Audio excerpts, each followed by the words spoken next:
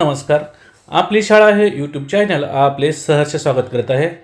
आजच्या व्हिडिओमध्ये आपण विस्तार अधिकारी, केंद्रप्रमुख, मुख्याध्यापक व पदवीधर शिक्षक यांच्या पदोन्नतीबाबत एक महत्त्वपूर्ण शासनाचं आपल्याला पत्र प्राप्त झालं आहे. या पत्रामध्ये नक्की काय सांगितलं आहे ते समजून घेणार आहात.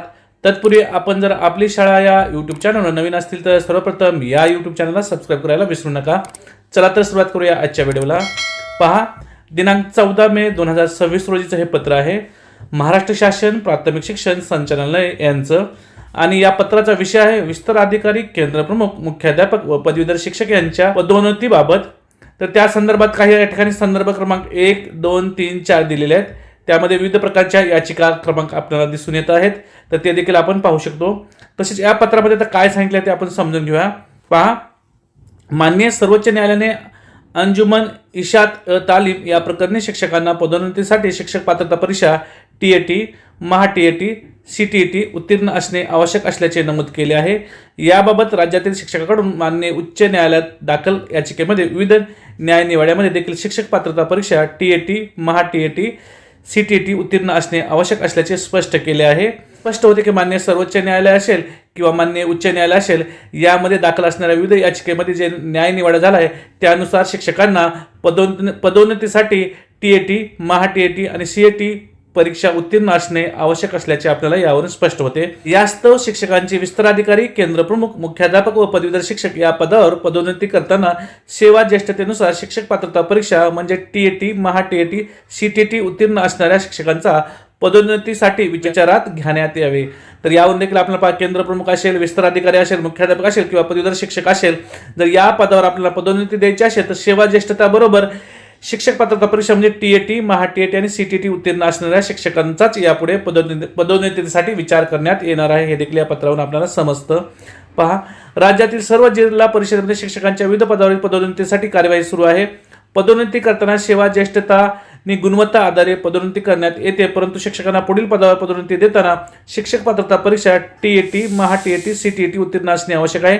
त्यामुळे पदोन्नतीसाठी ज्येष्ठतेसह ही पात्रता देखील तपासणे आवश्यक आहे. राज्यातील सर्व जिल्हा परिषदेमध्ये माहिती आपल्याला केंद्रप्रमुख असेल, विस्तार अधिकारी, मुख्याध्यापक, पदवीधर पदांसाठी पदोन्नती सुरू आहे. तर हे सर्व पदोन्नती करताना सेवा ज्येष्ठतेबरोबर शिक्षक पात्रता परीक्षा म्हणजे TAT, महा-TAT आणि CTET उत्तीर्ण असणे आवश्यक असणार आहे, याचा देखील या ठिकाणी विचार केला जाणार आहे, हे देखील आपण लक्षात घ्यायचं आहे. पहा, सामान्य प्रशासन विभागाचा शासन निर्णय दिनांक 1 सप्टेंबर 2019 अन्वये पदोन्नतीसाठीच्या तरतुदी नमूद करण्यात आलेल्या आहेत.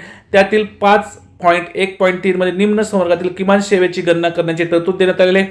त्यानुसार प्रतिवर्षी निवड सूची वर्षाच्या सध्या 2025-26 निवड सूची वर्ष पहिल्या तारखेस म्हणजे दिनांक 1 सप्टेंबर या तारखेस म्हणजेच दिनांक 1/9/2025 रोजीची विचार क्षेत्रातील कर्मचारी यांच्या निम्न पदावरील किमान सेवा तसेच पदोन्नतीसाठी इतर आवश्यक अर्हता पूर्ण झाली पाहिजे अशी तरतूद आहे.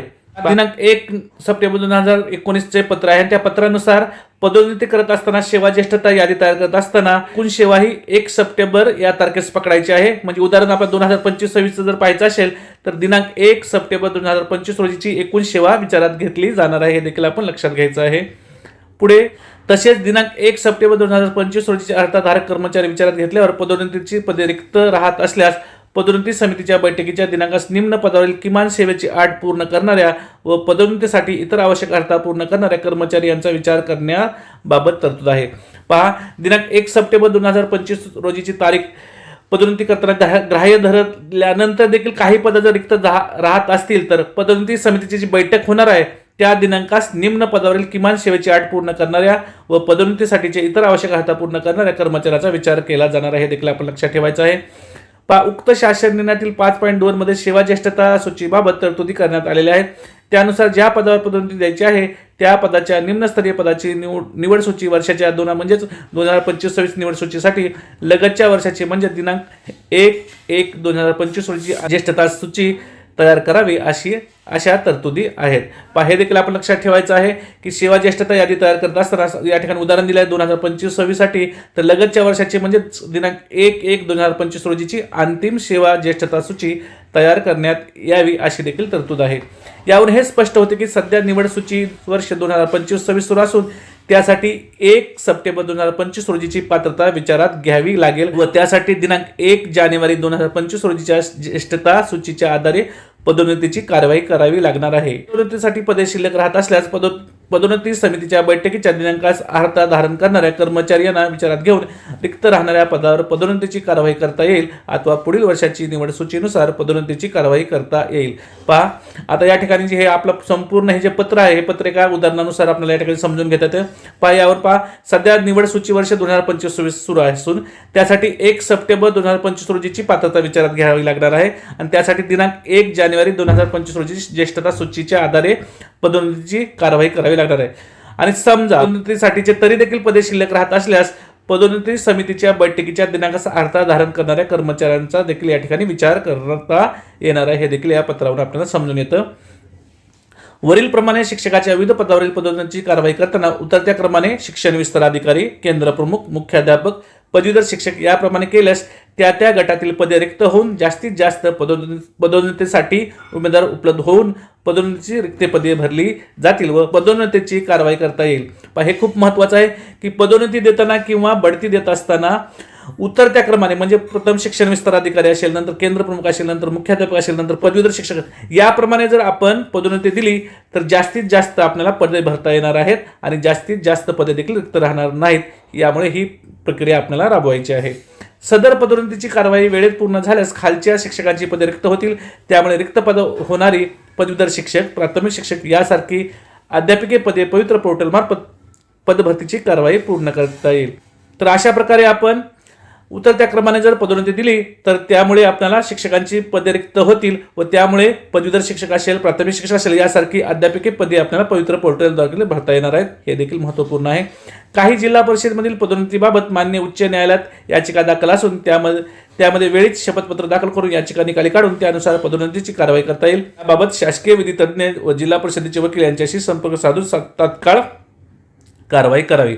तर पहा, काही जिल्हा परिषदेमध्ये माहिती आपल्याला विविध प्रकारच्या पदोन्नतीसाठी मान्य उच्च न्यायालयामध्ये याचिका दाखल आहेत, तर त्या याचिका संदर्भात शपथपत्र दाखल करून याचिका निकाली काढून देखील आपल्याला पदोन्नती करता येणार आहे।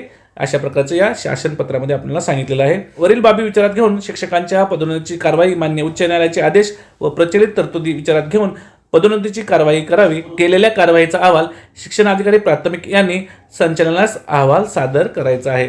तर अशा प्रकारे लवकरात लवकर शिक्षकांची पदोन्नती करायची आहे। त्या संदर्भात मान्य उच्च न्यायालय असेल किंवा तरतुदी विचारात घेऊन पदोन्नती द्यायची आहे आणि त्या संदर्भात केलेल्या कारवाईचा अहवाल शिक्षणाधिकारी प्राथमिक यांनी संचालनास सादर करायचं आहे। तर अशा प्रकारे हे जे पत्र आहे ते विस्तार अधिकारी, केंद्र प्रमुख, मुख्याध्यापक व पदवीधर शिक्षक यांच्या पदोन्नतीबाबत अतिशय महत्त्वपूर्ण हा आजचं पत्र आपल्याला प्राप्त झालंय।